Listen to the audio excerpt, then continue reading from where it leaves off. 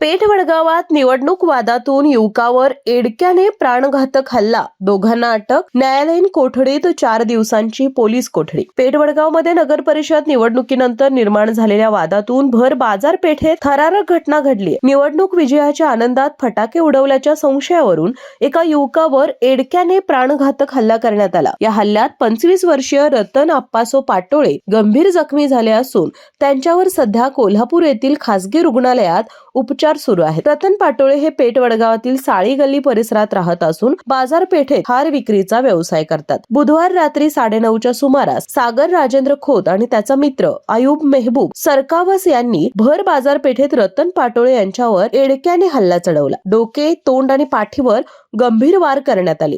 या प्रकरणी पेठ वडगाव पोलिसांनी दोन्ही आरोपींना अटक केली असून न्यायालयाने त्यांना 4 दिवसांची पोलीस कोठडी सुनावली. दरम्यान आरोपीने सोशल मीडियावर एडक्याला धार लावत असल्याचा फोटो टाकल्याने खळबळ उडाली आहे. या घटनेमुळे पेठ वडगाव परिसरात तणावाचं वातावरण निर्माण झालंय. केके न्यूज साठी हातकणंगले प्रतिनिधी सचिन लोंढे.